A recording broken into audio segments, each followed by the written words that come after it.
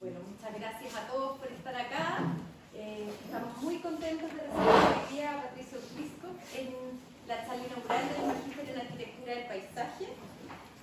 Para nosotros es muy importante que Patricio esté acá, no solo por su vasta trayectoria en investigaciones y proyectos, sino que porque nos parece que es importante generar estos vínculos entre nuestra disciplina de la arquitectura con distintas disciplinas, no solo la geografía, también la agronomía, la ingeniería, la ingeniería forestal, etc. Y creemos que en la medida en que nosotros podamos tender puentes entre nuestras habilidades y las habilidades y las temáticas que se desarrollan en las otras disciplinas, creemos que podemos generar un paisaje que es mucho más rico y que es mucho más profundo. Patricio Pisco es geógrafo de la Universidad Católica. Tiene un máster en Ecología Evolutiva en la Universidad de Lausanne, en Suiza, del 2013. Es profesor asociado de Geografía y Ecología en nuestra universidad. Es coautor del libro que me imagino que todos nuestros alumnos del Magíster de Arquitectura del Paisaje ya conocen y tienen como su libro de cabecera, La Sinopsis Bioclimática y Vegetacional de Chile, y es el actual director del Centro de Cambio Climático Global en la UCE. Patricio, muchas gracias por estar acá y es todo un honor que estés con nosotros, espero que no sea la primera vez. Claro, muchas gracias. Sí, nos sorprendió lo grande de la pantalla. Se ve bien. Ya bueno, primero, muchas gracias por la invitación, es cierto, porque como el poco nexo que hay entre las distintas facultades, las distintas disciplinas. Y bueno, encantaba que yo, claro, por mi nueva formación, que ahora fue después un doctorado en ecología, y cada vez con el tiempo me he ido acercando más a trabajar con arquitectos, nunca lo pensé. Entonces así como bien raro el devenir. Pero lo que les voy a contar hoy está como relacionado a algo bien específico y puntual, que es el Plan Nacional de Adaptación al Cambio Climático en Biodiversidad. Entonces, para contarle un poco de qué se trata esto, lo que estamos haciendo, me gustaría como primero hacer un contexto que tiene que ver con el impacto del cambio climático en la biodiversidad, cómo se relaciona eso con Chile, el impacto de Chile, y esto relacionado a cómo es la protección de la diversidad en Chile, en términos, siempre toda esta visión es súper como nacional, a escala nacional, y luego de ver algunos temas ahí de protección de diversidad, ya cerrarles contándoles sobre este plan nacional que estamos llevando a cabo desde el año pasado. Y entonces, esa es un poco la lógica de la presentación que quería mostrarles hoy, que tiene como muchas cosas bien que se están haciendo, en fondo, para que vean, ahí entiendan, y como el plan nacional, porque puede haber partido hablando del plan nacional, pero un poco la idea era como que situarlos bien en el contexto del cambio climático y biodiversidad, luego en Chile, y pasar ya terminando con el tema del plan nacional. Así que eso es un poco lo que les voy a contar hoy. Hablando de contexto, este ya sería como el mayor contexto de los contextos. El cambio climático es inequívoco. Partimos de ahí. Me gusta siempre como hacer ese como statement, en el fondo, de que no podemos, bueno, si no partimos de esto, si no estamos todos de acuerdo con esto, es difícil como continuar la conversación. Entonces siempre me gusta poner este gráfico, que es del último informe del IPCC, el papel instrumental del cambio climático, que muestra estos no son los cambios futuros, sino que esto es, como hay aquí la escala temporal del 1850 al 2020, es como ha ido variando, las temperaturas globales de la superficie terrestre, y se ve algo, y entonces hay distintos tipos de barras ahí, en función de cómo debería ser por causas naturales, que van como en relación ahí a la línea recta, cómo es por las observaciones, como ven se disparan, y cómo uno esperaría que fuera con este efecto combinado con causa antrópica, etc. En el fondo, es ya un hecho inequívoco, y también hay un equívoco que los sistemas naturales del ser humano han sido impactados por este cambio climático de origen antropogénico, y las adaptaciones y las migraciones son necesarias. Eso es lo que quiero hablar al final, de adaptarse. Y bueno, y dentro de estas adaptaciones la diversidad es clave porque tiene un rol tanto para la mitigación como para la adaptación. Así que eso les voy a contar al final ahí con el plan nacional. Lo que antes vimos, esto es lo que ha pasado en los últimos cientos de años. Pero esto es lo que se proyecta. Estos son los últimos escenarios que, lo que pasa cuando el IPCC hace las proyecciones futuras, establece como familias de escenarios. Y en el último informe, lo interesante es que se cambió completamente de familia de escenarios. Antes siempre hacíamos las proyecciones futuras con lo que se llamaban los RCP. Antes, estoy hablando hace 2 años atrás, y de ahí hacia atrás. Y los RCP estaban basados solamente, como para hacerlo bien simple, en el aumento del CO2, que como se sabe es el principal impulsor del cambio climático de origen antropogénico. Y entonces, y esto era muy físico en el fondo. Y la gracia es que desde el último informe se estableció un nuevo tipo de escenarios futuros, que son los SSP. Y que la gracia es que son escenarios que combinan lo físico con lo humano. Si no son solamente escenarios definidos por variables físicas, sino que también incluyen en su definición, la creación del escenario, elementos de distinto uso de tecnología, distintos avances en términos de las sociedades, distintos modelos económicos, todo eso está incluido en el escenario. Entonces son escenarios mucho más realistas porque en su origen, en su calibración, incluyen estos elementos, y esos son los SSP. Y sigue la misma lógica de los RCP, que en fondo que son números, que mientras más alto el número, es un escenario más negativo para el hombre. Y en el caso de los SSP, hay familias de SSP, que es el primer número, y luego viene el indicador de calentamiento, que es similar a lo que había antes, que es el que va desde un 1.9 a 8.5. En el fondo son como las partículas por millón de CO2, y entonces mientras más alto ese número, es mucho más negativo el escenario futuro de cambio climático, y mientras más bajo, es más positivo. Y eso es lo interesante, que bueno, cada una de estas familias de escenarios tienen nombre, y los nombres han ido mejorando, porque algunos eran Tecno-Darwin, ahora han ido mejorando un poco, hay nombres más sensatos, por ejemplo, y que van en esa lógica de 1 a 5, de sustentabilidad más positivo al más negativo, que es el crecimiento rápido. Y entonces, ingeniería, realidad regional, y en medio del camino, el 2, este es el más negativo, como les comentaba, el crecimiento rápido. Y todos estos escenarios, lo interesante, como también se lo vamos a hacer más adelante, que muestran distintas trayectorias futuras si tomamos distintas decisiones. Entonces, por eso les quería mostrar esto, que es súper importante. En el fondo, el mensaje aquí de todos estos escenarios, que todos estos escenarios, independientemente de lo que cubren, tienen distintas trayectorias que van desde muy negativas a muy positivas.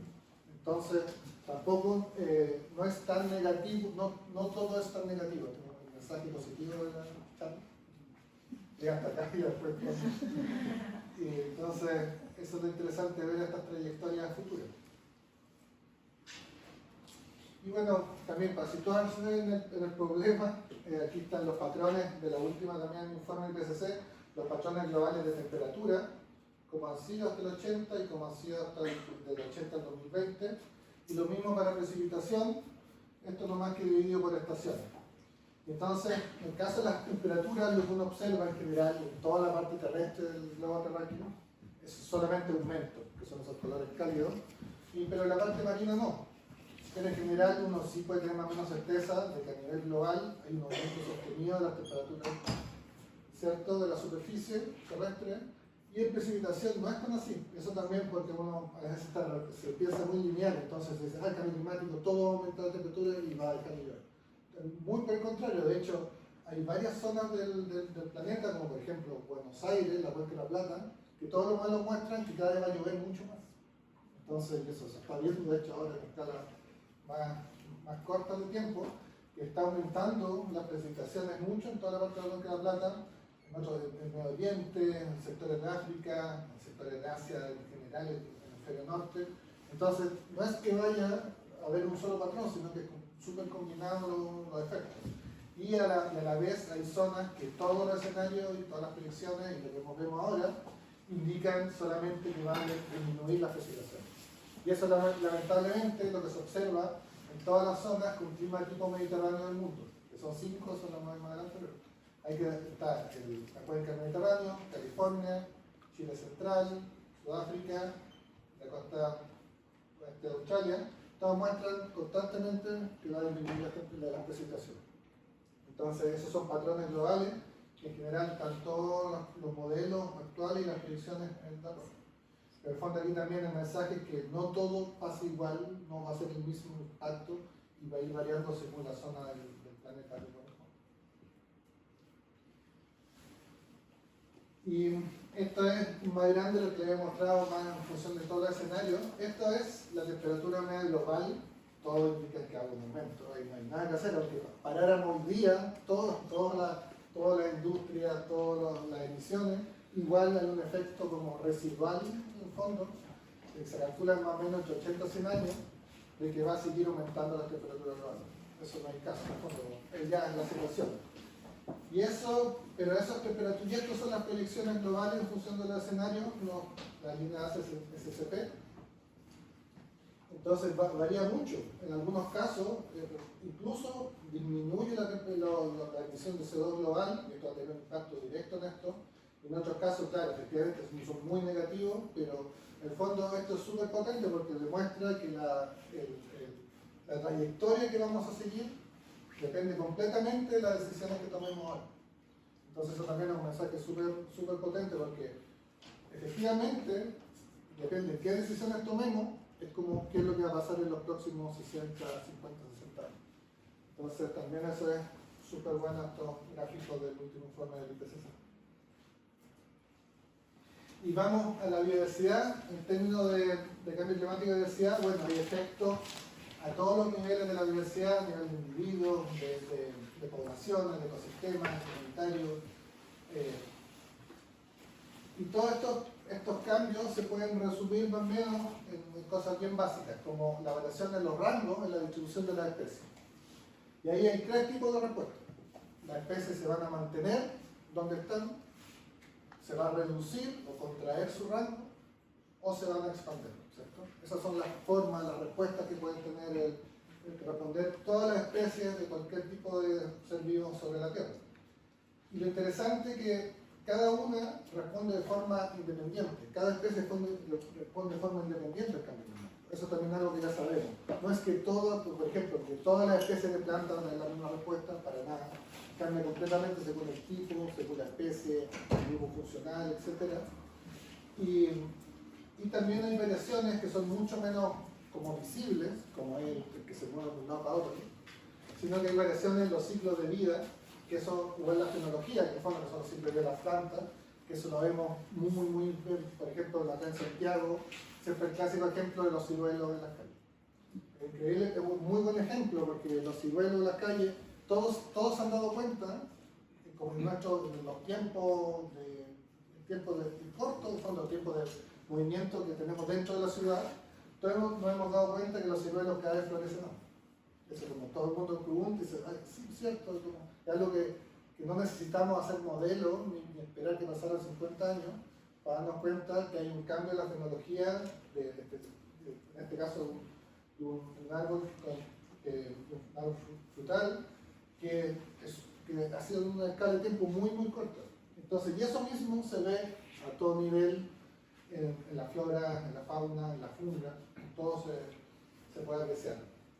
Y lo otro que también es súper claro, que todos estos cambios que conllevan a un aumento de la extinción. Es decir, hay cada vez más especies que sufren estos cambios y que su respuesta ante, por ejemplo, la contracción de su rango es que se extingue. Entonces, ahí está un resumen de los impactos del cambio climático sobre la biodiversidad. ¿Y cuál es la gran respuesta en términos del movimiento de las especies? Que esto es común para todos los tipos de especies, tanto en tierra, en mar, en lo que sea, es que las especies se están moviendo hacia los polos, es decir, hacia latitudes más altas, y está teniendo un movimiento latitudinal hacia los polos y un movimiento altitudinal hacia zonas más altas. Esas dos respuestas son las respuestas comunes para cualquier tipo de especie. Lo interesante es que difieren. No todos estos dos patrones son iguales, entre variación latitudinal y altitudinal, sino que también genera, como no son las mismas respuestas, que genera que nuevas comunidades se están creando. No es que estén desapareciendo, sino que se están creando nuevos grupos de especies distintas producto de esta variación. Y por ende cambia la abundancia, hay nuevas especies que van a invadir zonas nuevas y algunas de ellas se extinguirán. Esto, por ejemplo, son típicos trabajos de movimiento de especies de Australia, que como un continente en sí tan grande. Hay muchos datos, son como casi todo los líderes, como en términos de estudios del impacto del cambio climático en la diversidad, se aplica en Australia, y ahí fuera esas flechas tienen las direcciones de movimiento de diferentes grupos de especies. Entonces son súper distintos, tienen súper distintas orientaciones, y entonces uno puede ir analizando cómo van a ser los cambios en cada tipo de ecosistema, y uno puede ir haciéndose como esa visión como un poco más general. Y esto también es súper interesante, un trabajo que se ha publicado hace un año atrás. Esto es uno de los cuadros que están en el libro de Humboldt, cuando hizo la expedición al volcán Chimborazo en Ecuador, que es como el origen de los trabajos en terreno, y como ahí se inventó la idea de ir al terreno a tomar datos y después estudiarlo en el gabinete. Ese concepto de lo que es la ciencia ahora en el fondo, es lo que hizo Humboldt en este viaje, por eso consideramos padre de la ciencia moderna. Y entonces iba subiendo, iba marcando en cada punto, en cada estación, iba marcando qué planta había, qué humedad había y qué temperatura. Y eso nunca antes nadie lo había hecho, como medio obvio, pero antes no existía. Entonces esa idea y esos datos lo iba anotando en una librería y después se estudiaban cuando estaban todos juntos. Esa idea, ese acto, es lo que es el origen de la ciencia moderna, y eso fue lo que hizo Humboldt en este trabajo. Entonces, hay un trabajo del 2015, que es en el Journal of Biography, que volvieron a hacer la misma subida del volcán que hizo Humboldt, y lo graficaron como más o menos con el mismo tipo de arte, pero están los cambios en los pisos de vegetación. Entonces, de aquí como está el impacto en 200 años, súper como visual, de cómo el cambio climático ha ido afectando, en este caso, la cumbre del volcán en zonas tropicales. Y ahí se ve que disminuye un piso de vegetación, que es una vegetación más tropical, se aumenta un piso que es una zona más fría, y la disminución de la cubierta de hielo también asociado a este cambio en 200 años. Y yo lo que he trabajado harto en esta combinación que existe entre las áreas protegidas y el impacto del cambio climático sobre la biodiversidad. Porque es súper interesante, porque las áreas protegidas de por sí es un elemento fijo, es un polígono sobre el espacio, en dos dimensiones, ¿cierto? Y al hacer un elemento fijo, choca automáticamente con todo lo que hablaba antes de esta reorganización de la diversidad bajo el cambio climático, porque las especies se están moviendo. Y se están moviendo no solamente las especies que se mueven más fácil, como las aves, que tienen ámbitos de movimiento gigantes, sino que las plantas se mueven igual que los animales, pero más lento. Entonces, todo se está reorganizando, y en ese sentido, las áreas protegidas tienen que ser capaces de relacionarse con estos movimientos y saber cómo incorporarlos. Y hay toda una línea de investigación de generar diseños de áreas protegidas más dinámicas y que tomen en cuenta todas estas variaciones espaciales que están relacionadas al movimiento producto del cambio climático. Y vamos a Chile. Esta es la distribución de las más actualizadas de las áreas protegidas de Chile, que esto está, lo que muestro acá es como lo más actualizado de lo actualizado, estos números, que es porque es un informe que hice para el Centro de Estudios Públicos que salió a fines de año, y que es la actualización de la representatividad de los ecosistemas del área protegida en Chile. Entonces, y este es el número más actualizado de protección, el 21,88% de Chile continental está protegido por algún tipo de área. Y de ese 21,88, esto es la protección oficial que se llama, ahí lo puedo explicar. Y de ese 21,88, el 0,42 corresponde a los santuarios de la naturaleza. Y el otro 21,46 a lo que se conoce como el SNASP, el Sistema Nacional de la Protegida del Estado. y ese sería, y ahí están los números. Del SNASPE lo conforman los parques, que al día de hoy son 44, las reservas, que son 46, los monumentos, que son 19. Y además se adicionan como protección oficial los santuarios de la naturaleza, que son 95 a la fecha. Así que, pero lo que pocos saben, que en esa figura que está acá, en la que mostraba anteriormente, esto es solamente la protección oficial, que es lo que está tanto para lo terrestre como para lo marino. Pero si ven, si uno revisa como en términos legales, en Chile hay más de 30 instrumentos de protección en el espacio. Y son de todo tipo. Estos son los que están en el mapa, en el fondo, y todo esto son los que potencialmente Chile legalmente define como protección.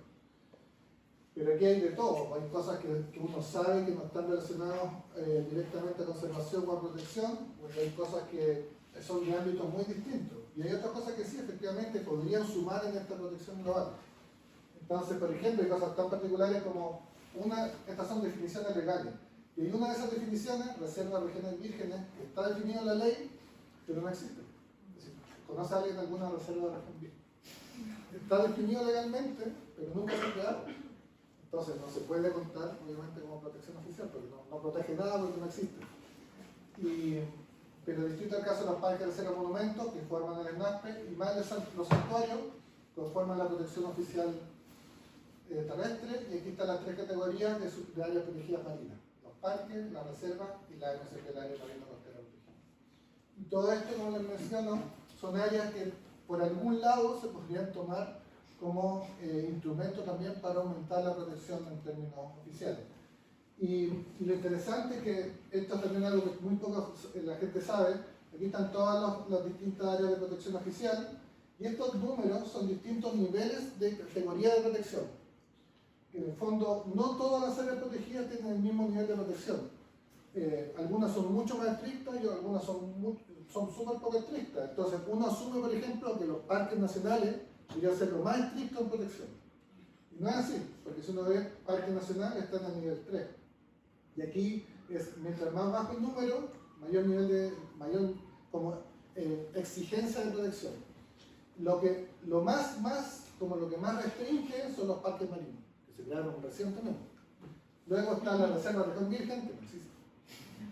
Y luego vienen los parques nacionales, luego están los monumentos, los santuarios, las reservas, y después las AMSP, que eso tiene una lógica, porque son áreas de protección y de producción también, manejo y producción, entonces por eso están en el último nivel. Pero las reservas también están en ese mismo nivel, legalmente.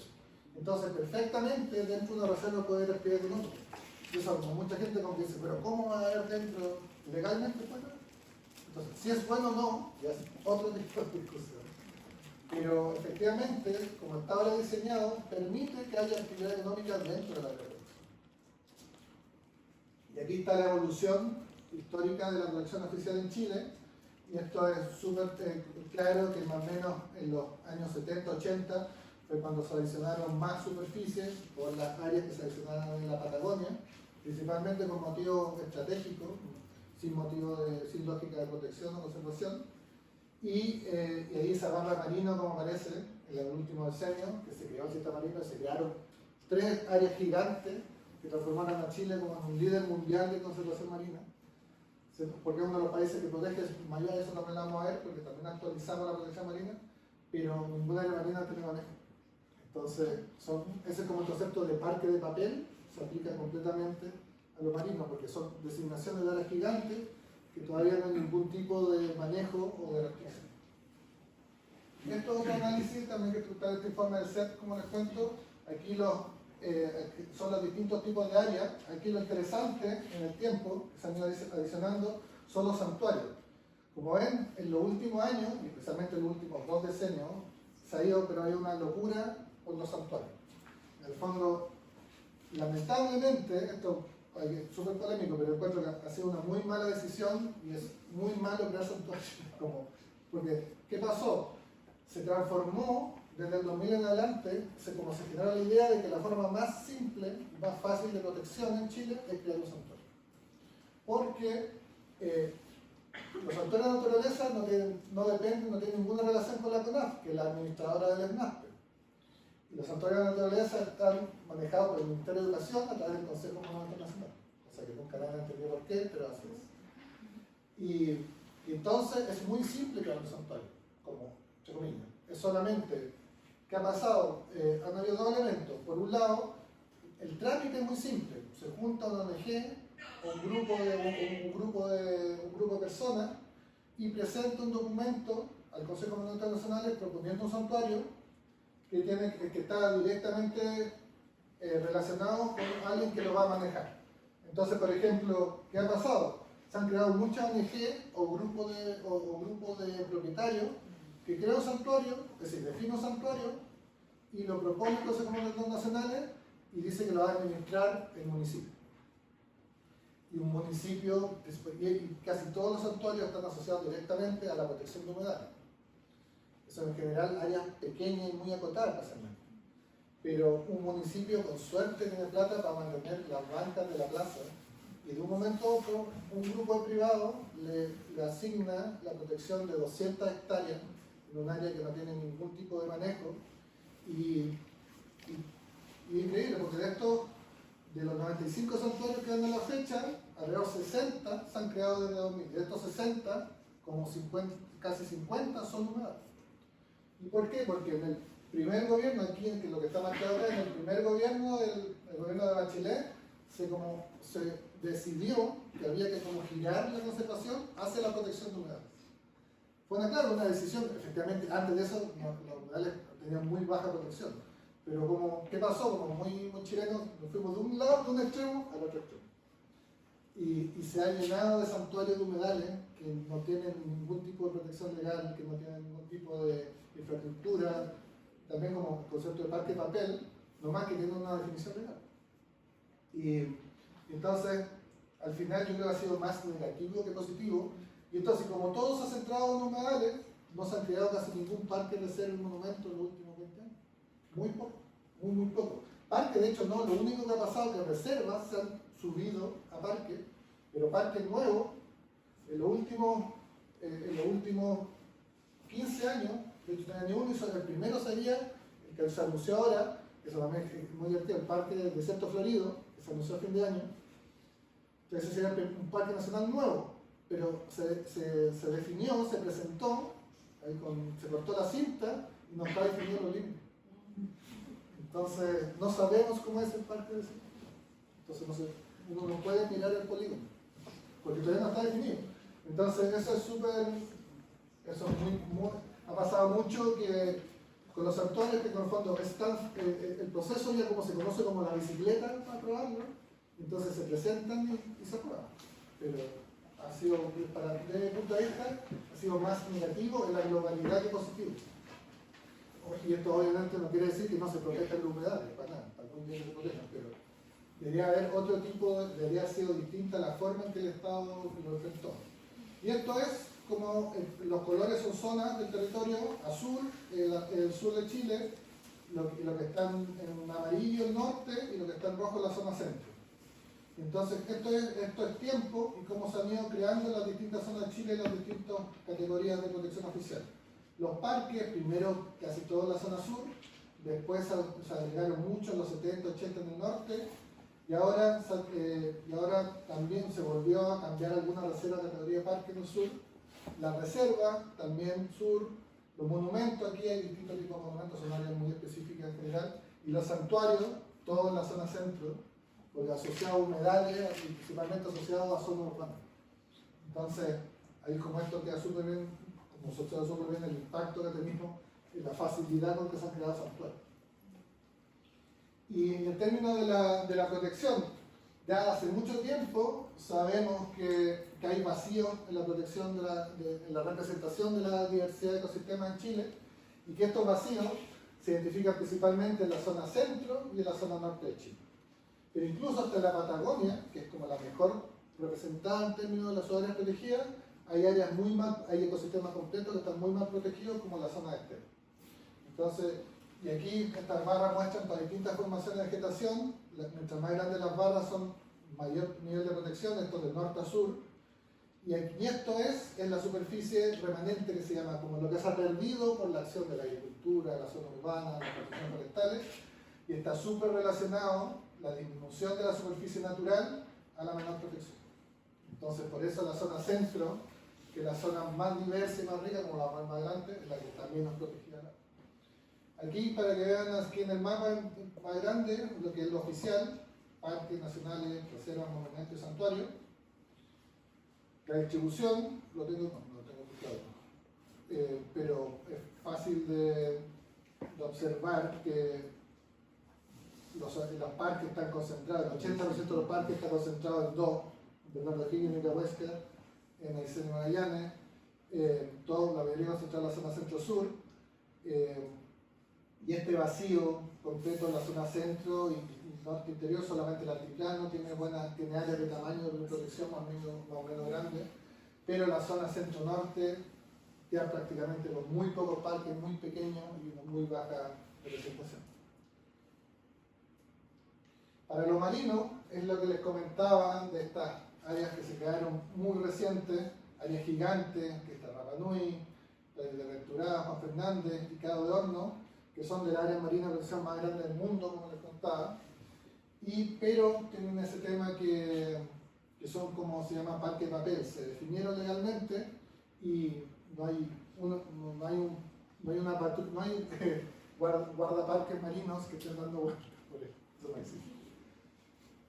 Ahí está entre la marina, la cenapesca y toda una pelea de quién maneja. Todo un tema legal que no está resuelto en la marina. Y lo que hemos ido viendo, bueno, y de todos estos otros 32 instrumentos que les mostré, hay un concepto que se está avanzando bastante, que es el de MEX, que en el fondo es de otras áreas de conservación basadas en áreas, otros instrumentos de conservación basados en áreas, que en el fondo quiere decir otro tipo de áreas que no sean parques que puedan servir para protección y conservación. Y el gobierno de Chile está en estos momentos definiendo, de todo ese listado que les mostré, cuál serían los MEX en Chile que se podrían incluir. Y esto es una definición potencial, no es lo oficial todavía, porque es una superior que está desarrollando, que se podrían agregar como MEX terrestre los bienes nacionales protegidos, como saben en Chile, el ministerio que es dueño de la tierra, el Ministerio de Bienes Nacionales, y ellos son los que se lo entregan a CONAF, al que está a cargo del área. Y entonces ellos se dieron cuenta que tenían esa potestad y dijeron, bueno, ¿por qué no hacemos nuestra propia red de áreas protegidas, que son los BNP?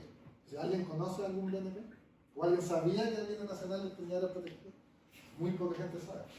Y claro, porque también son solamente áreas que tienen la entrada, han puesto un letrero. Bienvenidos al BNP. De hecho, el parque de Sexto Corío era un BNP. Luego está el humedal urbano, que adicionando, aquí van a pensar que me cargan los humedales, pero adicional a todo esto que le conté anteriormente, los santuarios, además se creó una nueva ley que oficializa como áreas de protección a los humedales urbanos. Y ya van en 90 que se han integrado. Y entonces, ahí eso ya un instrumento que está funcionando y que están dando. Los paisajes de conservación, estos son áreas pequeñas que son 3 áreas nomás en Chiloé, San Pedro y en Alhué, que se definieron por otro tipo de también mezcla manejo, protección, y los sitios Ramsar, que quizás también que son de las áreas más conocidas, como más validadas globalmente, que son estas áreas de protección de... Entonces, ahí vemos cómo dónde va el interés. Y acá otro, yo he trabajado mucho también, y cada vez está muy súper relacionado al tema de la protección privada. Es como increíble como Chile ha ido avanzando en los últimos 15 años en la protección privada y generando una red de áreas protegidas privadas que efectivamente está siendo mucho más efectiva en términos de protección que la gran mayoría de las áreas del Estado. Entonces, de aquí viene la lógica de que el nuevo sistema de áreas protegidas de Chile, que ya no va a ser más SNASPE, va a ser el SNASP, va a dejar de ser del Estado y va a ser una unión de la protección pública con la protección privada. Entonces, por eso es tan importante mapear y saber dónde está el área protegida privada. Pero con todo esto fabuloso que les cuento, lo vengo contando desde hace 14 años, que es cuando se iba a aprobar el servicio de área de la protegida del Estado.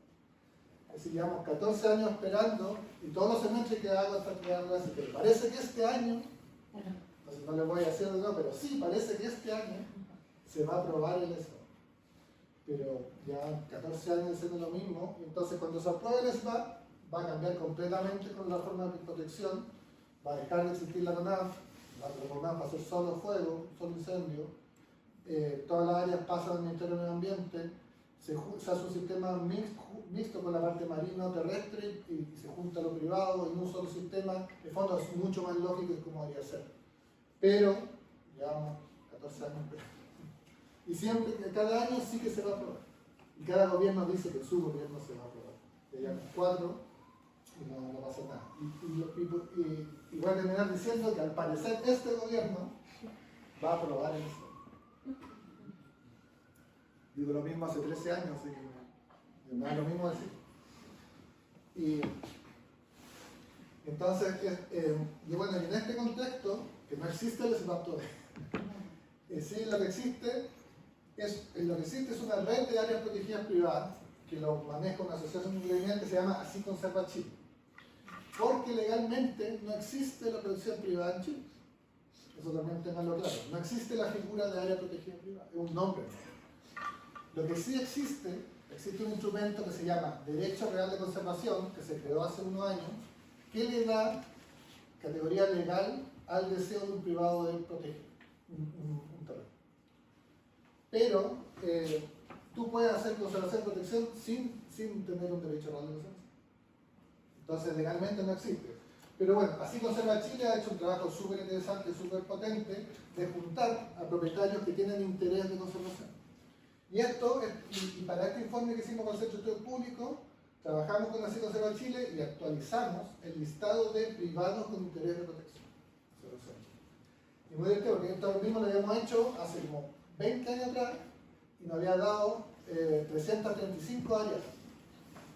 Y era por todo Chile lleno de áreas, pero no había habido ningún chequeo. En fondo, de cualquier presencia no se había chequeo. Y se agregaba el polígono y se decía que estaba. Había de todo. Y esta 123, y hace 20, y eso fue muy como contraintuitivo, hace 20 años habían 335 y ahora hay 123. Hay mucho más interés en protección privada, incluían 200, que era porque la gran mayoría de áreas anteriores no eran realmente áreas de protección.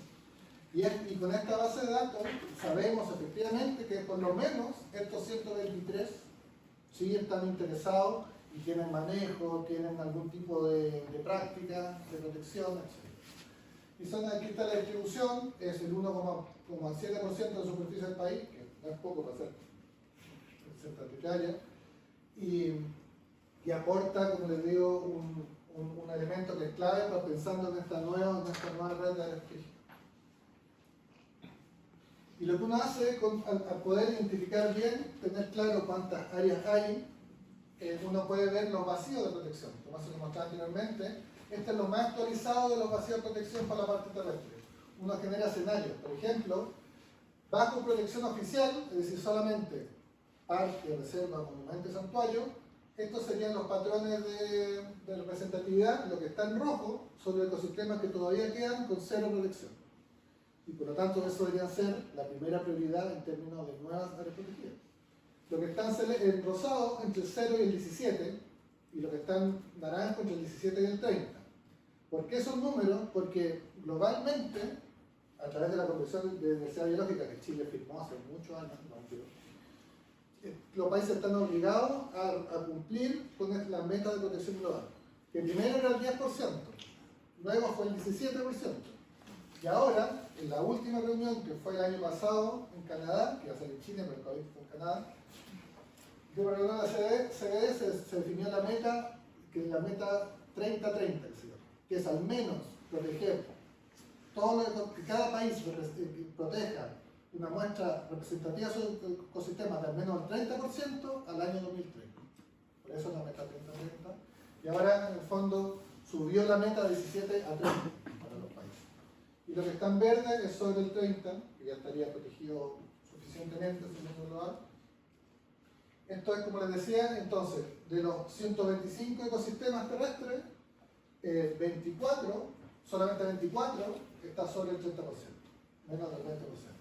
Y de esos 125 tenemos 11 que están en cero. Y ¿Y qué pasa si agregamos a ese escenario total, que sería adicionando lo privado y otros tipos de áreas?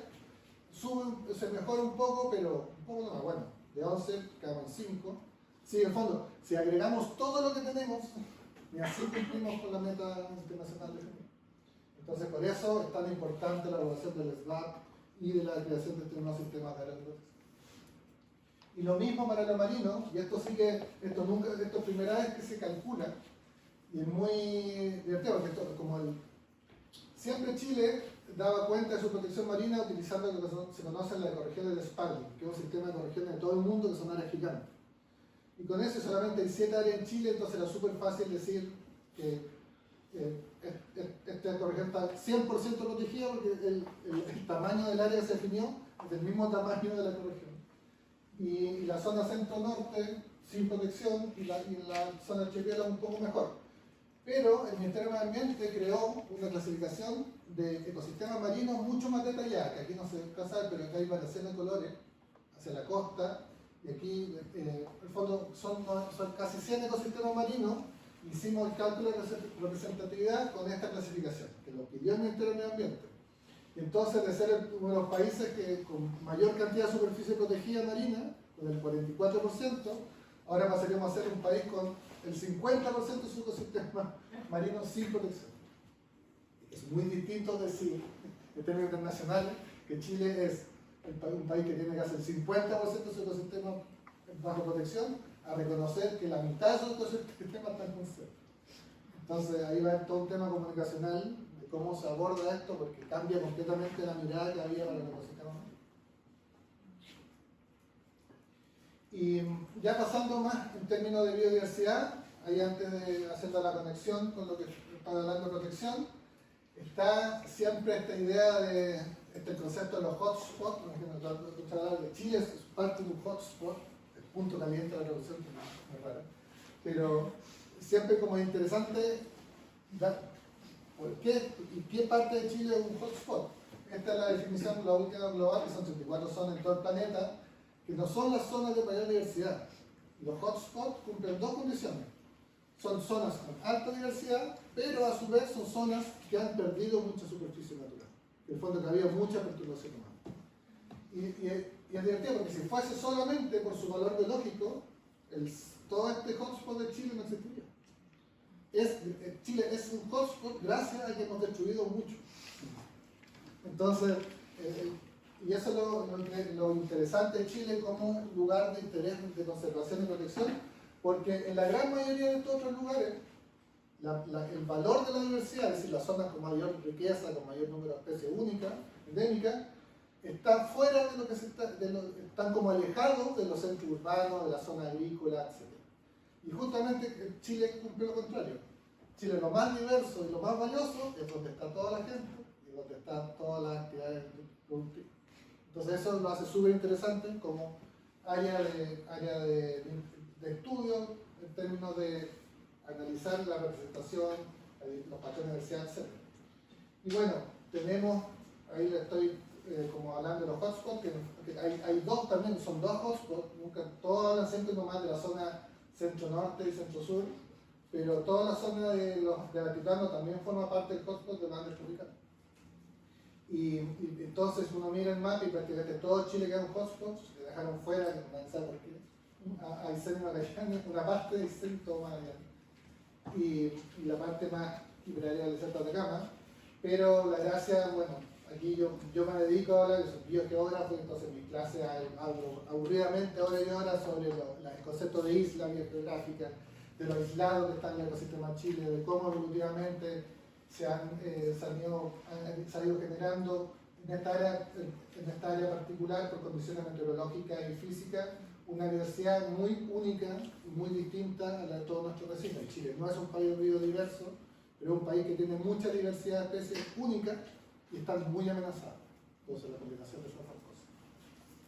Y están presentes en todos los grandes climas del planeta, con la excepción del clima polar, pero si asumimos que hay un territorio chileno antártico, tendríamos los 5 grandes climas antárticos. Y en términos de la diversidad de la vegetación, tenemos todos los grandes tipos de vegetación, solamente nos falta uno. ¿Alguien sabe que lo único que no hay de un tipo de vegetación en Chile?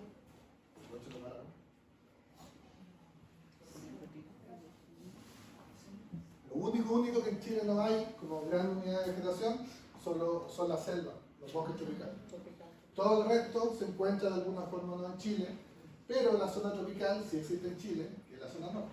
Y eso también es una muy de claro, uno dice Chile, por algún extraño motivo dice tropical y se imagina como el réglame que empiña. Las zonas tropicales son las zonas que están entre los trópicos.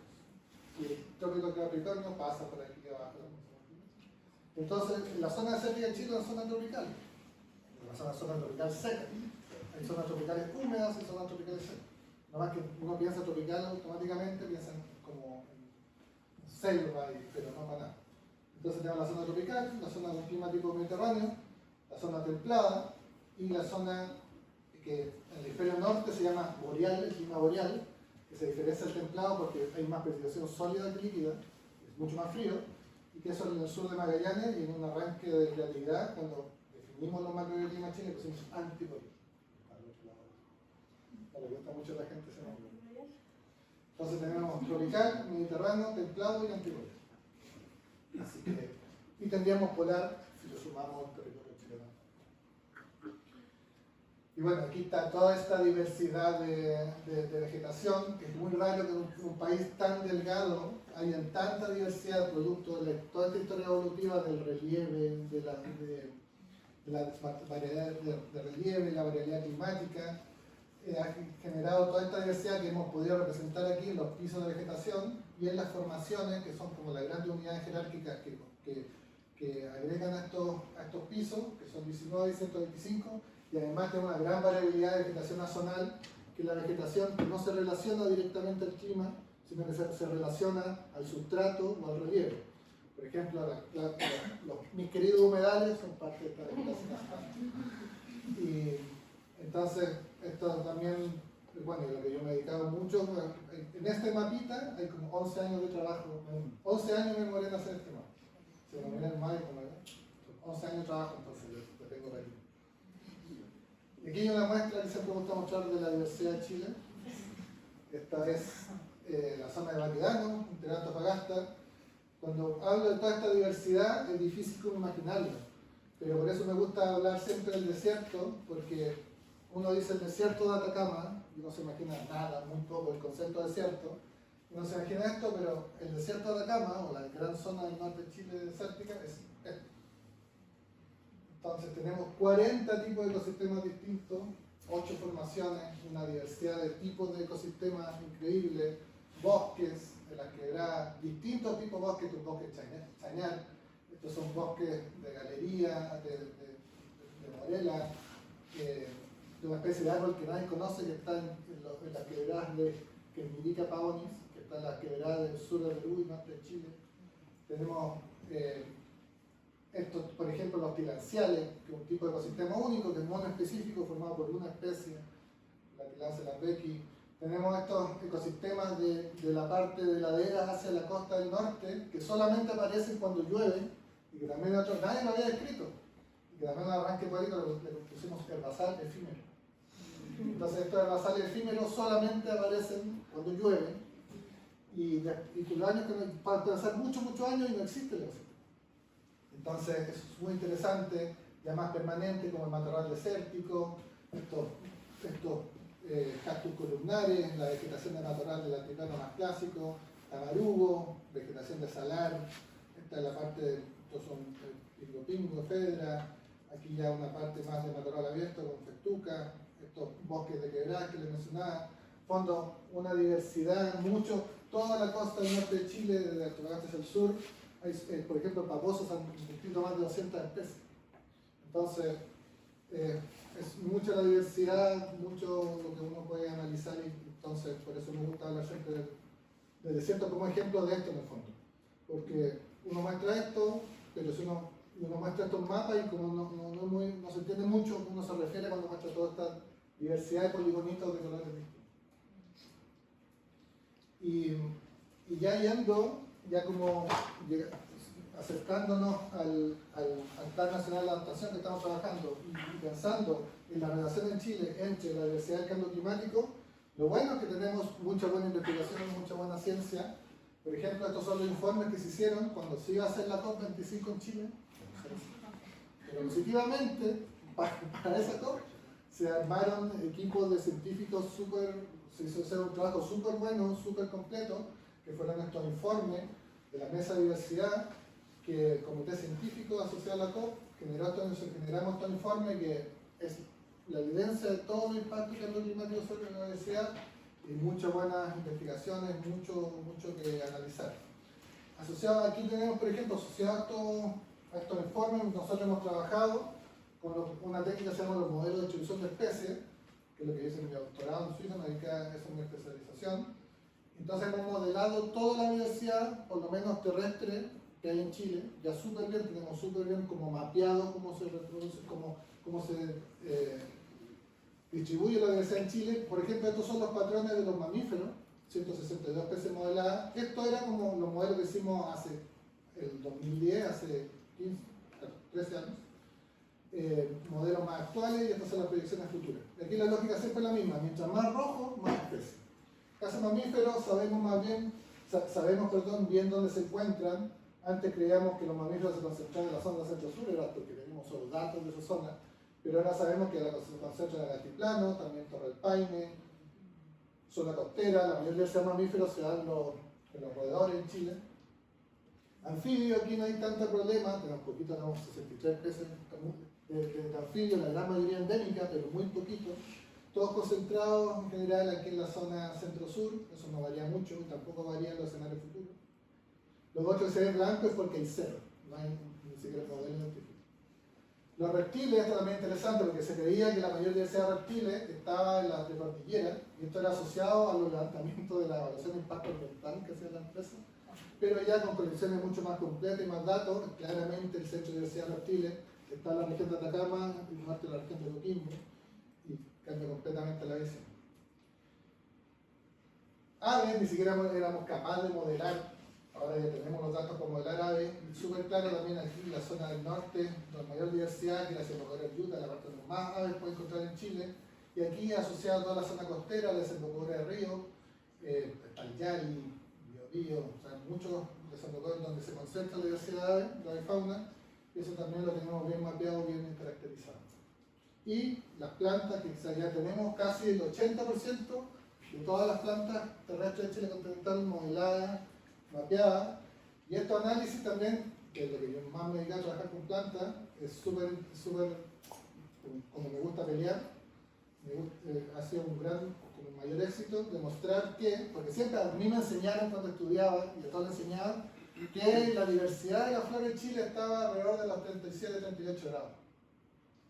Y eso a mí me era como contraintuitivo, porque conociendo bien como los parques, la flora de los parques, del clarillo, la campana, parecía raro. Entonces, y bueno, ahora que hemos logrado modelar, que tenemos base de datos con más de 6.000 localidades de flora, ya sabemos, y estamos completamente, nadie le puede decir lo contrario, que la mayor diversidad de plantas por lejos está aquí donde estamos parados.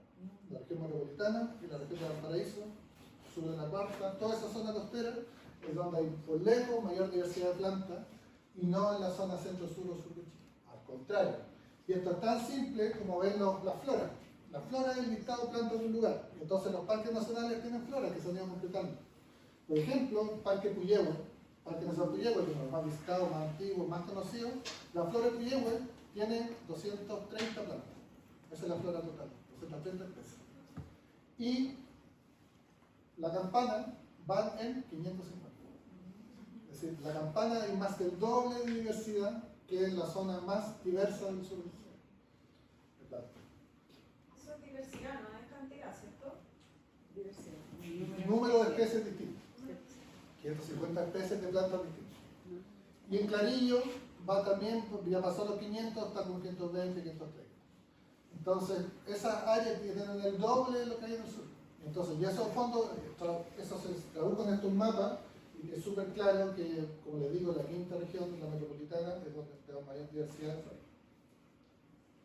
Y también hemos trabajado en mi tesis de doctorado y modelé la distribución de la flora arbórea, también en el pasado, varios modelos actuales y modelos futuros.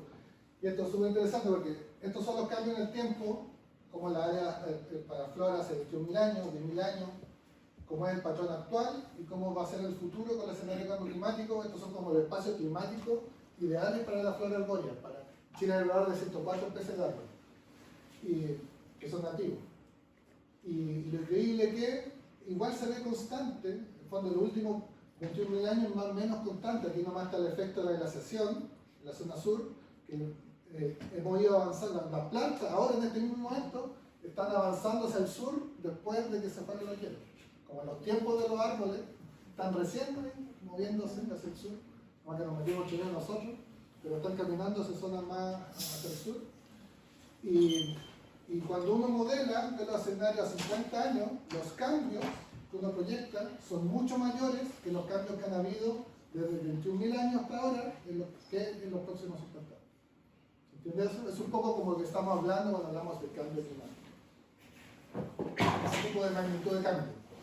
Y aquí hay un concepto, antes de pasar a lo del plan de adaptación, cerrar con eso, para contarles lo que estoy también trabajando ahora, que es el concepto de refugio. El concepto de refugio climático es súper interesante porque es un concepto relativamente nuevo que se puede operativizar con información espacial a mucho detalle, y uno puede trabajar ahora con los sistemas de información geográficos, y que son zonas que por sus condiciones de relieve o de ubicación aminoran los impactos del cambio climático. Por ejemplo, en el caso de la zona central, al lado de la exposición sur, las quebradas, los cursos de río o la zona de los bajos del océano arbóreo, son todas zonas que naturalmente aminoran el impacto del cambio climático. Entonces, ahora hay métodos que te permiten identificar, te permiten mapear esa área. Y eso es lo que estamos haciendo aquí en los fabulosos bosques de Zapallar. El Parque El Bol, en el fondo, los bosques de Zapallar es una generación de cerro que está entre costeros, que lo interesante que es una extensión del cerro de la cordillera de la costa. Toda la cordillera de la costa va como de norte a sur, ¿cierto? Pero la gracia de esta extensión que está separada, por acá está el Catapilco, esto está separado, por acá va la cordillera de la costa, y tiene una orientación este-oeste. Entonces se genera como un micro mundo de Chile central, en que uno tiene una ladera oeste, donde le llega la Camanchaca directo, donde está el Parque El Boldo, que es un mundo completamente distinto. Está la ladera sur, que está aquí la que era el Tigre Cachagua, que es otro mundo también, bosques con árboles sobre 20-25 metros. Y por el lado norte tenemos al otro lado la quebrada del Tigre, que está hacia Papudo, que también es increíble. Y tenemos hacia Catapilco, el sector que se llama La Judea, que también es un área de investigación científica que estamos trabajando y que estamos analizando en ese micromundo cómo van a ser, como ahí estamos replicando, los impactos que esperamos para el resto de la zona central de Chile en esta pequeña área. Y para eso hemos puesto 100 sensores microclimáticos en todas estas distintas exposiciones laderas, y estamos poniendo sensores. Y estamos mapeando a una escala de píxeles de 50 centímetros. 50 centímetros, uno ve como la forma de los árboles cuando hace el modelo. A ese nivel de detalle, el píxel, porque esto uno lo saca de interferometría de imágenes de satélite, y uno genera modelos de la escena a 50 centímetros y puede identificar estos micro refugios climáticos en zonas muy pequeñas. Entonces, y ahí uno sí puede entender cuál es el impacto en términos de la variación de la temperatura de estos refugios. No sé si puse. No. Por ejemplo, nos ha marcado que en esta zona de la Judea, que es la zona que da hacia como el interior, en diciembre nos marcó un sensor 51 grados, como a las 3:30 de la tarde. Nunca esa temperatura en ninguna estación meteorológica en Chile central, ni en ninguna parte de Chile se ha identificado. Y lo más interesante de esos 51, que esos 51 de la tarde, pero en la mañana 8 o 10 grados. Entonces tenemos en un solo día casi 40 grados de variación. Entonces toda la biota, lo vivo, la fauna, flora, funga, se debe de adaptar a esa variabilidad gigante que hay en esta zona. Y eso es lo que estamos analizando. También tenemos cámara trampa, estamos viendo la entomofauna, así como distintos niveles, para poder como tener esta zona como un laboratorio de cómo van a ser todos los impactos después de la zona del centro Chile. Así que si quieren visitar, lo que está abierto es el Parque del Boldo, 100% recomendado a los que puedan ir. Ahí está en la nube sobre el Parque del Boldo. Muy interesante. Lo que estamos trabajando también es que en algún momento toda esta zona, conectando desde el norte de Zapallar hasta la Judea, como una U, todo sea un área protegida. ya tenemos la mitad o menos protegida y estamos trabajando que sea todo. Y además, toda esta parte norte, que es mucho más amplia, que tiene estos bosques increíbles que les cuento, todo es un terreno militar. Entonces, es súper, como ha sido súper positivo, porque al ser un terreno militar, todo esto es parte de la senda vial y del ejército, que tiene como 200 años. Y esta parte nunca nadie ha entrado en los últimos 100 años. Entonces, porque hacen un entrenamiento de guerra abajo. Entonces, eso como naturalmente ha permitido que la zona se mantenga muy, muy prístina hacia arriba. Acá arriba hay algunas cuencas que incluso tienen escurrimiento. Todavía, después de 15 años de mega sequía, todavía tienen escurrimiento permanente. Así que es imposible encontrar cuencas con escurrimiento permanente en la zona central. Aquí todavía se mantiene. Y de hecho, y así como también como leyenda, aquí es donde se colectó por última vez la única especie de fauna que está extinta en Chile. Solamente una especie ya se ha declarado extinta, así como el lobo Tasmania. Tenemos nosotros la Rhinoderma rufum, que es la versión roja del sapito verde. Aquí está la Rhinoderma darwini, el sapito verde, casi que también toma ese color. Y había una especie distinta que se había identificado en el siglo XX y que se colectó por última vez el año 82. Así que estoy hablando hace 200 años. Se colectó y el último registro, que es una Rhinoderma que está en un museo en Alemania, está colectada acá. Entonces siempre creemos que si alguna de estas piedras todavía queda Rhinoderma rufum, eso sí que sería muy relevante, pero no así. Y así tenemos montones, hemos encontrado huiñas, colo-colo, de hecho, bueno, ya hemos encontrado pumas. Los pumas también llegan acá, pero lo malo del puma solo le hemos sacado fotos. Todavía no lo logramos captar por las cámaras atrás. Por eso también, porque no hay pumas descritos cerca del mar en Chile Central.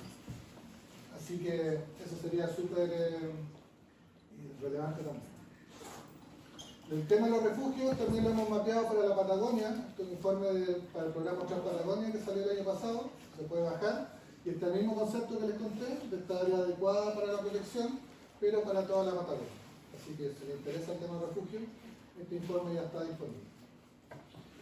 Para conocer más de los impactos del cambio climático en Chile, está este proyecto que se llama ARCLIM, que es un proyecto súper grande, que no es solamente diversidad, son distintos ámbitos, el sector turístico, minería, etc. Se pueden bajar análisis a escala comunal, se llama el Atlas de Riesgo Climático, lo terminamos hace como 2 años, y es, como digo, súper completo. Uno puede analizar el riesgo del cambio climático para distintos sectores, a escala comunal, para todo Chile continental, en este caso lo que es biodiversidad. Entonces, toda esta información es súper relevante. De hecho, ahora en toda la línea de base del sistema de impacto ambiental se les pide a los mandantes que utilicen ARCLIM para describir los potenciales impactos del cambio climático en los distintos sectores. Y también en ARCLIM ahí están estos modelos de distribución de 440 especies de flora y fauna, que son especies de categoría de amenaza, y uno puede ver estos modelos cuáles son en el futuro las áreas más adecuadas o menos adecuadas para la distribución de estas especies. Y en este informe del Centro de Estudios Públicos, el mismo que les mostré, donde salían los análisis de representatividad actualizados de las áreas protegidas, también hemos analizado el riesgo climático del ecosistema con distintas aproximaciones, este riesgo climático de las áreas protegidas, pero aquí lo que es más interesante, que son para todas las formaciones, hemos identificado bajo los distintos SCP, ¿se acuerdan lo que les mostré al inicio? Hacia dónde se moverían, qué tipo de trayectorias tendrían cada una de estas formaciones, y los colores indican la magnitud. Entonces la magnitud, mientras más frío el color, menor magnitud, mientras más cálido, mayor magnitud. Hacia escenarios más alejados, cuando los cambios son mucho mayores, y aquí uno puede analizar cómo va variando según qué tipo de formaciones asociadas. Y bueno, y todo esto que les he estado contando, quería cerrar con lo del Plan Nacional, que en el fondo es un esfuerzo para esto, no es solo en Chile, sino que a raíz de todo el tema del IPCC, de la evaluación global del impacto del cambio climático, cada país tiene que hacer los planes nacionales de adaptación, está comprometido a hacer. Y los planes nacionales de adaptación son sectoriales. Y uno de esos sectores es biodiversidad.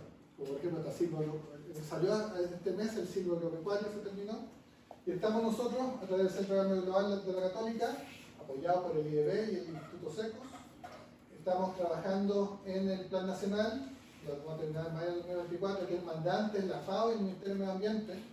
Entonces, lo que estamos trabajando es identificando las medidas de adaptación para disminuir los impactos del cambio climático en Chile.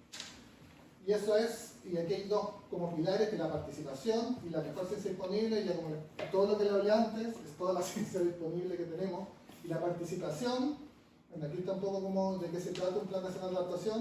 En el fondo se hacen análisis, hay participación ciudadana, se definen las medidas, se genera un borrador y hay una consulta pública. Y luego de esa consulta pública, esas medidas son evaluadas o no, y va al Consejo de Ministros y la aprueba.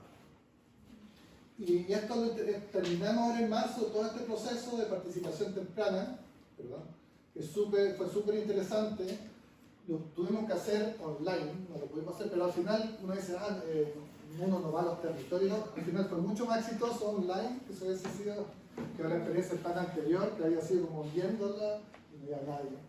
Y ahora por online, la gente de los, por ejemplo, la gente de pueblo originario de los extremos, es mucho más fácil para ellos asistir online que uno, aunque parezca un poco como particular, pero ha sido súper exitoso. Dividimos Chile en 4 zonas, norte, centro, sur e islas, y más de 200 participantes, súper interesantes los resultados. Estas eran las preguntas que hacíamos, una súper genérica, otra más específica.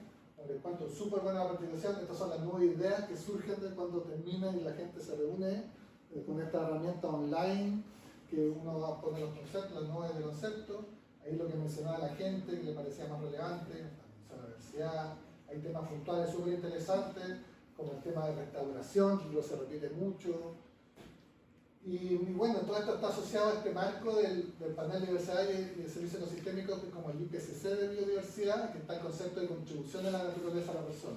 En el fondo, que es ver la biodiversidad ya no solamente como un servicio, sino como algo que no tener una visión tan antropocéntrica del uso, sino que tener una visión mucho más como más abierta y también como multicultural de cómo la naturaleza contribuye a las personas.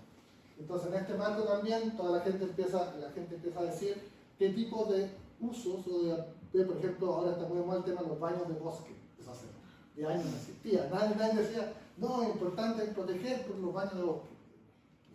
Son cosas súper nuevas, que la gente, que es increíble cómo se va cambiando la visión, y son cosas interesantes que estamos todos incorporando.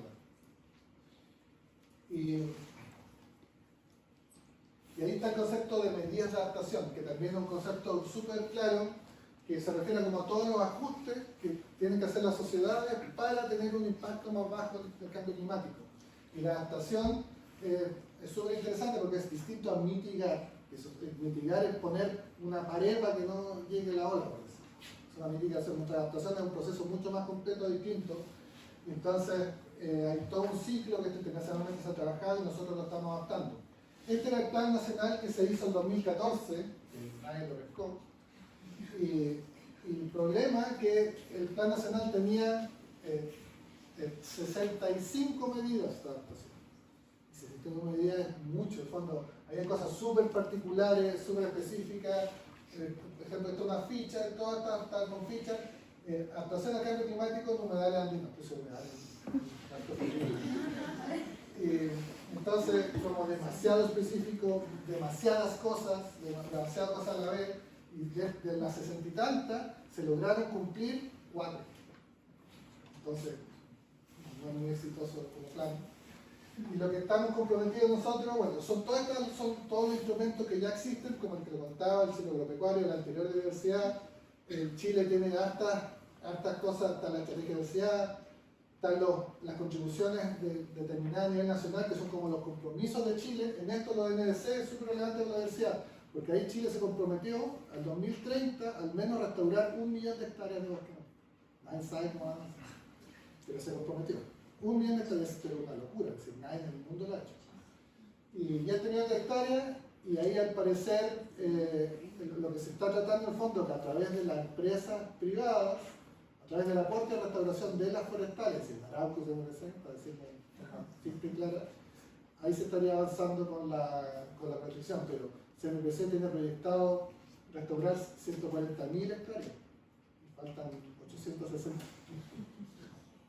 Entonces, eso es lo que hay que ver. Esta es la estrategia nacional que tiene lineamiento, estrategia, y aquí está la NDC, lo que les comentaba de bosque, aquí está el tema de la restauración del 1.000.000 de hectáreas. Y esta es la estrategia climática de Chile a largo plazo, que tiene objetivos súper generales, pero estos objetivos, al ser tan generales, te sirven como guía para meter dentro de estos objetivos, que son 6, las cajitas que son las medidas de adaptación. Entonces, aquí está el tema de recuperar los ecosistemas, promover la protección, promover la restauración a escala de paisaje, proveer recursos financieros, importante, fortalecer las instituciones y fortalecer los objetivos a través de las soluciones basadas en naturaleza y evitar la degradación del ecosistema. Esto parece súper general, súper genérico, pero sirve como para armar como la estructura sobre la cual uno define medidas. Entonces las medidas las acciones las van metiendo en estas cajitas y van armando el sistema. Y lo que nosotros pensamos, nuestro plan, es llegar a un conjunto súper acotado de medidas de adaptación. A escala nacional, pero acotado, ¿sí? Entre 10, 20, 15, así el número más 12. Pero que estas medidas sean súper concretas, sean de alcance nacional y efectivamente que se transformen en acciones. Las acciones pueden ser regionales quizás, pero las medidas tienen que tener una mirada a nivel nacional para que haya una apropiación y que haya una dirección. En el fondo, vamos a restaurar 1.000.000 de hectáreas, que eso se transforme como en un objetivo y sea algo cumplible hasta el próximo plan de adaptación, que seguro que en 10 años más va a estar diciendo, esto ofrecieron 15 medidas y cumplieron 1. Esperemos que no, que digan las 15, cumplieron 12. Los de humedales fue lo mismo. Muchas gracias.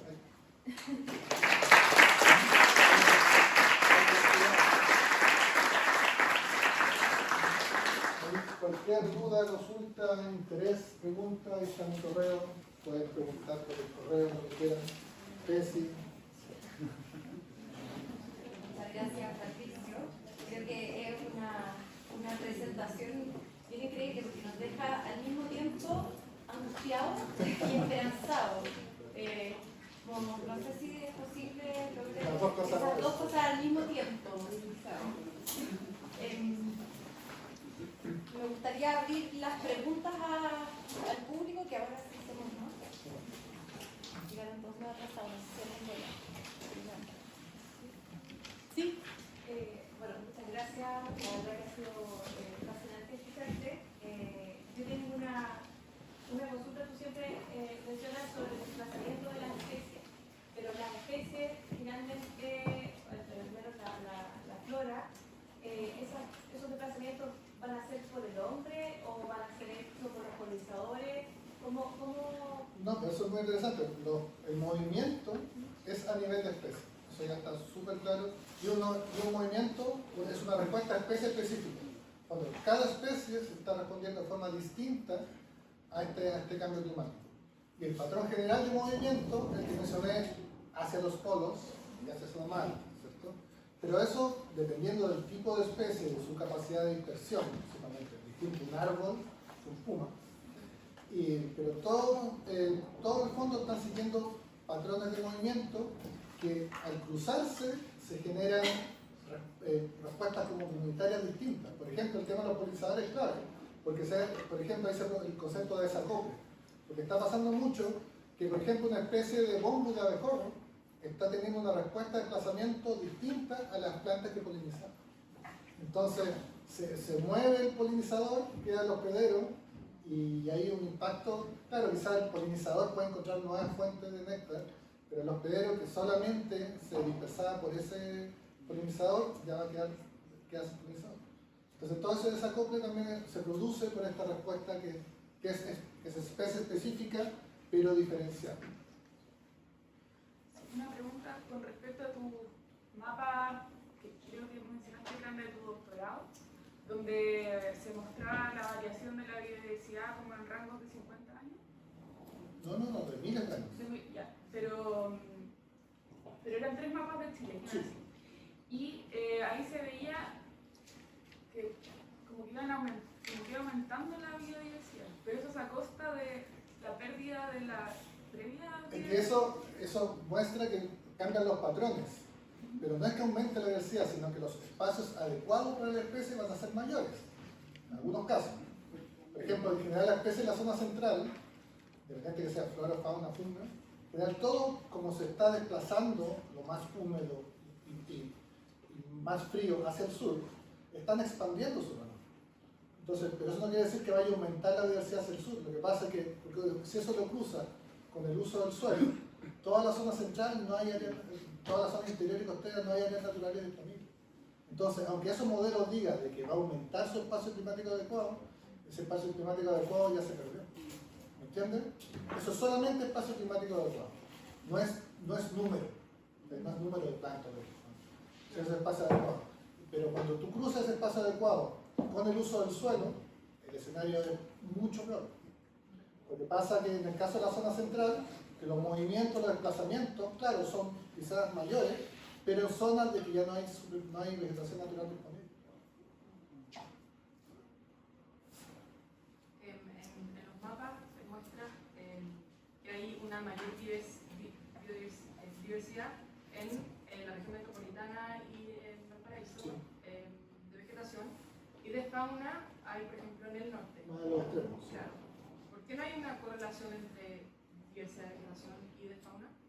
Eso está directamente relacionado al último máximo glaciar. Porque todavía, como les decía, todavía estamos sufriendo el impacto del último máximo glaciar. Terminó hace 21 años, nada, como a la vuelta de la esquina. Entonces, estamos todavía recibiendo eso. ¿Y qué ha pasado? Como las plantas tienen menor capacidad de arrancar del hielo, se refugiaron en la zona central. Y en el caso de la fauna, como tiene mucha más capacidad de arrancar, arrancaron hacia zonas más extremas y en la zona sur se refugiaron en zonas libres de hielo. Y eso es lo que estamos viendo ahora. Eso explica los patrones de concentración de la diversidad. El avance, el arrancarse del hielo. Quería preguntar tu opinión sobre cómo estamos a nivel internacional en términos de protección medioambiental, porque hay números que son súper ambiciosos, como las 60 medidas o por ejemplo el 22% del porcentaje de territorio es como súper alto, pero también como que sé que las prácticas no se cumplen mucho y quizás vienen de muy último año. Entonces le quería preguntar Como en términos claros de números, súper bien. Estamos entre los 10, como nos gusta el top 10, estamos dentro de los 10 países que protegen más de su superficie total. Terrestre, creo que somos el segundo mundial. Pero eso es números. Pero en términos de planes de manejo y de financiamiento, pues esto cambia completamente. Por ejemplo, siempre como estos números que impresionan, en financiamiento, más o menos lo que se gasta en Chile, se gasta en protección, se gasta más o menos $6 por hectárea en protección. Y creo que de Latinoamérica, el país que sigue de Chile, que es Bolivia, gasta $26. Es decir, somos por lejos el país que gasta menos, no sé, Perú gasta $60. Somos por lejos el país que menos gasta de su presupuesto público en protección. Eso, pero así por paliza. Y además, esa poca plata que se pone en la protección, porque solamente la plata, la gran parte de lo que financia la protección, son los cortes de las entradas de los parques. Que finalmente Torre del Paine, Diego y Lauca, y San Pedro, porque hay el manejo indígena, también se pierde. Y entonces casi todo viene ahí, y en el fondo un guardaparque de la Patagonia, si tú haces como el símil en términos de lo que tiene que recorrer, y el número de guardaparques en la Patagonia es como si tuviésemos un guardaparque por un área del tamaño de Singapur. Esa es la relación. Creo que creo que son como alrededor de 40 guardaparques desde Puerto Montt hacia el sur. Son una área de miles y miles de hectáreas y completamente hay parques, hay reservas que tienen más de 300.000 hectáreas que hay 2 guardaparques. Entonces así es imposible. Entonces el problema de Chile es que hemos cumplido súper bien la parte de superficie, la parte de representación, pero estamos muy mal en el manejo y en el financiamiento. Específicamente en el financiamiento, porque el manejo Claro, hay alrededor de todas esas que les contaba, de las 160 áreas oficiales, con plan de manejo vamos como casi en el 40%. Hay muchos parques que ni siquiera tienen plan de manejo. Pero eso ha ido mejorando en los últimos años. Pero el financiamiento, al contrario, la última, por ejemplo, el año pasado se bajó un 40% el financiamiento del proyecto. El año pasado, de lo que venía el año anterior. Entonces, eso es completamente ridículo, es un problema así, pero como estructural. Y bueno, y eso se resuelve con el SPAP. Y de hecho, este gobierno logró aumentar el pedazo de la torta del presupuesto nacional dedicado específico para el SPAP, lo aumentó como en un 400% de lo que existía anteriormente. Se rechazaba el SPAP, 14 años rechazándose, se rechazaba en general porque decían, están haciendo un monstruo del Estado, que no tienen nada de financiamiento y no sirvieron nada. Entonces, eso se resolvió bien el año pasado. Se logró que a contar desde el año pasado hasta en adelante, que va a salir una cantidad de plata suficiente para echar a andar el SBAP sin problema. Entonces, se tiene que aprobar. Pero siquiera ya por lo menos el tema de financiamiento está resuelto. Ahora hay que esperar que algún día se apruebe. A propósito del STAP, en este tema de como el uso del suelo entra como en concordancia con el aspecto climático y con el SCOT, el STAP también ha ofrecido de repente como más alternativas de cómo integrar el uso del suelo con estrategias de conservación, o más que nada de solo conservación, como que hay que bueno, de ahí viene justamente lo que eso le señalaba, que lamentablemente también hay una visión, de hecho, mucha de la oposición al SPAP viene por eso mismo, porque hay mucha gente que dice que las áreas protegidas deben ser solo por protección. Eso en ninguna parte del mundo es así. Siempre hay una mezcla, hay como un arcoíris de opciones. Efectivamente hay zonas que hay que solo proteger, pero hay otras zonas que perfectamente pueden estar combinadas para el desarrollo comercial, hasta el desarrollo mobiliario dentro de la región.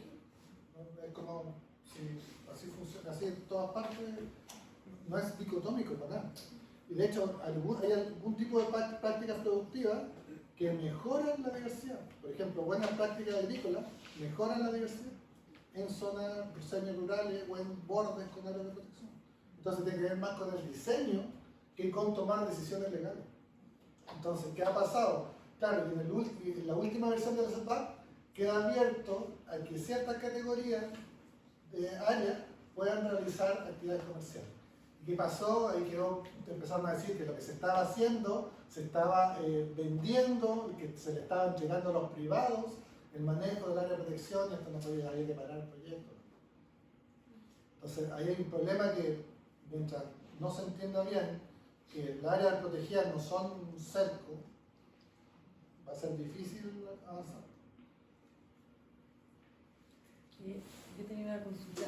En base a todo lo que tú nos estás mostrando, como si nos pudiera dar una sugerencia o recomendación, considerando la participación de los gobiernos locales, ¿cómo nosotros podemos transmitir esta información al ciudadano común o qué estrategias tenemos para actuar frente a la biodiversidad a nivel urbano? Es que bueno, justamente esta visión distinta del área de protección, ahí te cuento, una vez hicimos para el GORE, para el Región Metropolitana, nos pidieron hacer un diseño de áreas de protegida de la región metropolitana, una actualización de la estrategia de diversidad. Y entonces ahí teníamos dos opciones: mostrarles, mapearles las zonas con mayor, donde hay más especies, que todos sabemos cuáles son, que están el Cajón del Maipo para arriba, todos sabemos dónde están, Cantillana. ¿Qué sentido tenía mostrarle un mapa que iban a hacer aquí? Aquí está. Y entonces lo que hicimos un modelo de conectividad de especies de fauna, aves, reptiles y mamíferos. Y la área de conexión y de mayor valor en términos del diseño total de la región era un área que iba como desde la cordillera de la costa, como para la altura de Lampa, pasaba por el norte de Santiago hasta Colina, conectada con la parte del norte del límite metropolitano, la parte andina. Y es un corredor donde se mueven pumas, se mueven los cóndores, pero quedaban áreas dentro de Santiago, de la mancha urbana. Entonces imagínate mi presentación en ese core con el encargado de la Asociación Gremial de Fundiciones de Acero, con el encargado de las ferias del sector sur, casi como ellos entendían que lo que yo quería, lo que queríamos era eliminar toda la zona urbana y transformarlo en un parque. No, pues justamente lo hicimos para que vieran que hay que dar vuelta a la mirada. Entonces, la zona norte de Santiago es ideal para hacer buenos parques, buena conectividad de los elementos estructurales que tenemos, como el río Mapocho, Canal San Carlos, o distintas zonas como lineales, como buenas prácticas en términos del arbolado urbano, de la especie, de aumentar el número de polinizadores. Todo eso es una acción de conservación igual de importante que crear un parque. Entonces, no es solamente hacer áreas protegidas. Y leí, quizás había sido el mismo informe, pero un término que no lo mencionaste, que eran las reservas nacionales municipales. Sí, ¿Qué es eso? RENAMOS. Las RENAMOS. Pero es un instrumento que tienen los municipios y que efectivamente si se organizaran y pudiesen, que eso es lo que tratamos de hacer con la red de municipios de la metropolitana, ellos tienen legalmente instrumentos para cambiar el fondo, para crear un tipo de área que podría ser compatible con los IPP a escala nacional, que son las RENAMOS. Pero hay un desconocimiento así, pero total. Entonces, ¿cuál es el problema? Que esas RENAMOS en general se transforman solamente en la área de protección ecológica de los planos urbanos. Entonces, al final es lo mismo.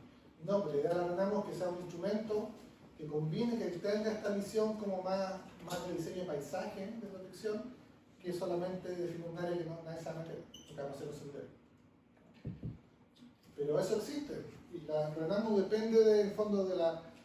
Es decir, primero los municipios tienen que tener algún encargado, que el encargado de medio ambiente no sea la basura nomás.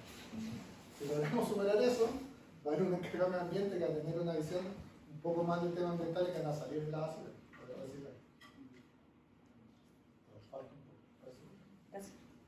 Yo voy a preguntar, ¿qué tanto se evalúa como en los estudios actuales el impacto de actividad económica, que lo limitaste mucho con el cambio climático, pero las actividades económicas como la industria forestal o la industria agrícola ganadera? Bueno, claro, es que eso ya es amenaza. Entonces, claro, como el cambio climático es la amenaza,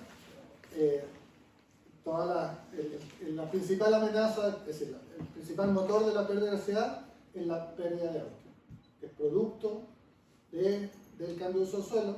Eso es lo más importante. No hay nada mucho más importante que el cambio climático y de todo. El cambio de uso del suelo lleva un proceso que lleva a la pérdida de hábitat y eso consecuentemente lleva a la fragmentación. Y eso es lo más importante. Entonces no hay nada más, no hay una mayor amenaza que eso. Y en el caso de Chile, justo eso que mencionaba, que hace cruce, donde está lo más valioso, es donde ha habido el mayor cambio de uso del suelo. Suelo agrícola y principalmente las plantaciones forestales. Que ahí, claro, ahí viene la eterna discusión y que también es súper polémico. Si me preguntan a mí, como cuál es el mayor daño ambiental que ha habido en Chile, por lejos es la industria forestal. Es decir, en superficie es 1000 veces mayor que la industria, que la minería.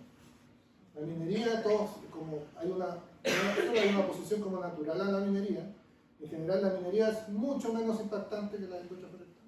Mucho menos impactante. En términos de superficie, en términos de impacto específico. Y seguimos llenando hectáreas de plantaciones y estamos parando los proyectos mineros, que hay algunos proyectos mineros que en su compensación incluso pueden generar acciones positivas para la diversidad. Y el impacto en general de la minería es local.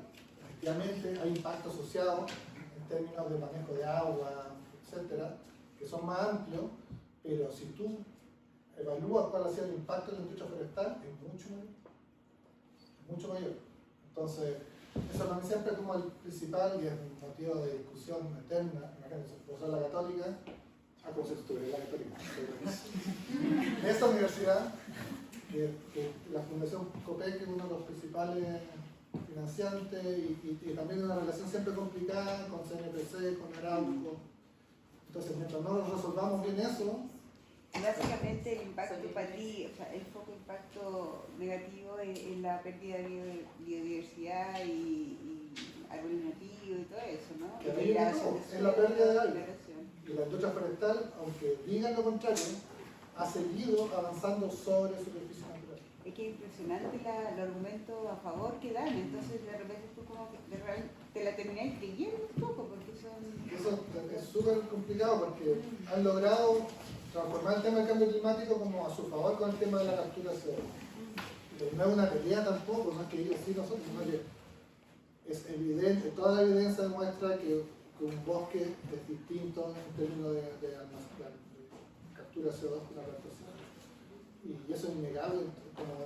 Entonces, igualar las dos cosas es un daño gigante. Y el problema es el daño que ya han hecho. Esa para mí es una cuestión, quizás ahora es cierto que han disminuido porque no tiene más donde perder.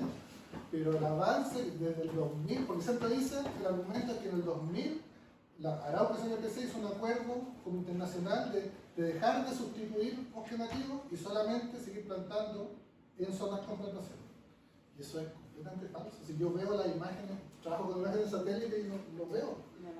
Y, por ejemplo, en la región de Los Ríos, en los últimos 5 años se han perdido como casi 100.000 hectáreas de bosque. En la región de Los Ríos, que es como la joya del bosque valdiviano y todo. Y eso hace 10 años no había nada de plantación. Entonces, es como, ¿dónde está la sustitución sobre la misma? Como que no calzan los números, y uno se pone a discutir los números y es pero terrible. Es una pregunta en relación al aumento de los santuarios de la naturaleza y el hecho de que el Consejo de Monumentos Nacionales, dentro del Consejo mismo, digamos, las personas que conforman el Consejo, no hay ningún especialista. No, pues está absurdo que le llegan entonces, legalmente el Consejo son abogados, arqueólogos, antropólogos. No me refiero ni al ámbito técnico del Consejo, sino que los consejeros. No, a eso me refiero. Sí. Los consejeros. Pero a ellos les llega y ¿qué hacen? El expediente lo devuelven al Ministerio de Ambiente. Claro. Y el Ministerio de Ambiente es el que toma la decisión. Eso te iba a preguntar porque no sabía cómo era, porque en Es así. relación a las zonas típicas, Claro. de los monumentos nacionales, digamos, que son patrimonio arquitectónico, sí hay especialistas. Exacto. Y ellos tienen una opinión y hay un alto de Como un expediente que tiene. expedientes que están esperando. ¿Qué hacen acá? Les llega, los ven, decimos, cacho nos metimos, peloteado a biodiversidad y medio ambiente. Y en biodiversidad y medio ambiente hay una oficina de la área protegida, son 3 funcionarios, el director y 2 personas. Y ellos tienen tu valle y tienen unos cerros de los expedientes, imagínate, cerros que no lo pueden, no tienen ni tiempo ni para revisarlo. Entonces la gente alega, que el Consejo de Monumentos se está demorando. Y es porque está en el escritorio de, no sé, pues, de los COVID y 10 en el santuario que no se revisan. Son 2 personas. Entonces, eso. No debería existir esa figura. O sea, No, y los santuarios deberían estar en el Ministerio de Medio Ambiente. Sí. Pero y eso no resuelve eso. Le quita al Ministerio de Educación y mueve los santuarios a medio ambiente. Sí, igual, como todos saben más o menos para dónde va la cosa. Sí. Por eso el CEPAP está súper bien pensado. Lo que pasa es que hay que probar. Sí, me llamó un poco la atención cuando escribían dentro de los objetivos una meta en particular, que era 1 millón de hectáreas de bosque nativo. Pero igual me pregunto si es que eso es, no por decirlo ideal, pero es lo adecuado centrarse únicamente en bosque. ¿Qué pasa con matorrales, con pastizales, con otras? Es que eso está solo en la lógica de la captura de CO2. Entonces, todo, en el fondo, como la lucha contra el cambio climático se transformó en la lucha contra el CO2. Y la captura de CO2 se transformó finalmente como la moneda de cambio para demostrar que también tú estás como mitigando y adaptándote al cambio. Y entonces casi todos los NDC, estas contribuciones de los países, se basan en cuánto puede almacenar y cuánto puede entregar. Entonces esta lógica del millón está dentro de eso. Y es solo bosque. Y es peor aún, porque todo este contexto que le da las plantaciones, de ese millón, ahora ya están diciendo, no es millón de bosque, sino que es plantación de bosque. Entonces al final, lo que era una medida para aumentar el bosque nativo, se está transformando en una medida para disminuirlo. Porque con ese argumento, Arauco CNPC van a decir, nos echamos 100.000 hectáreas más y estamos aportando la NDC porque estamos aumentando bosque para el millón. Entonces el tema de la captura es súper tramposa. Hay que ser como muy cuidadoso. Y además está el tema que tú dices, que es solamente la mirada del bosque. Y tenemos, en caso de la Patagonia, las turberas que almacenan, capturan como 10 veces más CO2 que los bosques, alguna selva tropical. Entonces, ¿por qué quedarse solo con el Son los mecanismos, claro. Quería preguntarte, tenía dos preguntas. Una respecto de si en Chile sabíamos cuánto capturaban las distintas especies. Eso es una. Y lo otro, respecto, yo había leído sobre los recursos climáticos y quería saber si cuando tú mostraste un mapa, ¿están mapeados para todo Chile? No, solo para la Patagonia. Porque finalmente son una oportunidad y áreas a ser protegidas, ¿no? O sea, no, completamente, pero imagínate, claro, mi proyecto justo fue de investigación de refugio climático en todo Chile. Y partí por la Patagonia porque era como un poco para meter el concepto. Y fue súper, salió a final del año pasado, salió la prensa, se armaron unas peleas en el CENI Magallanes, en el CEN principalmente, porque se cruzó automáticamente con el tema de los loteos. Entonces está todo el tema del CEN, de los loteos que están aprovechándose del derecho real de conservación. Entonces están generando, hay muchas empresas, muchas nuevas empresas que están utilizando los derechos de la conservación, están tomando zonas grandes, entonces dejan 20% para un desarrollo inmobiliario y el 80% protección. Pero claro, y en ese 20% lotean 500 casas. Entonces, tú dices, ¿cuál es la lógica? Hay como se está usando al revés de cómo quería hacer la RECED. La RECED no era para desarrollo, todo lo contrario. Pero legalmente lo están ocupando la empresa y específicamente en Aysén, porque había mucho terreno disponible. Y está alineándose, entonces, ¿qué pasó? Salió lo de los refugios. Entonces, de hecho, me llamaron varias empresas directamente que querían el mapa. Sí. Claro, porque automáticamente, si está dentro de su terreno, una zona que es muy alta para refugio, le sacan 100 millones más a las 10 hectáreas.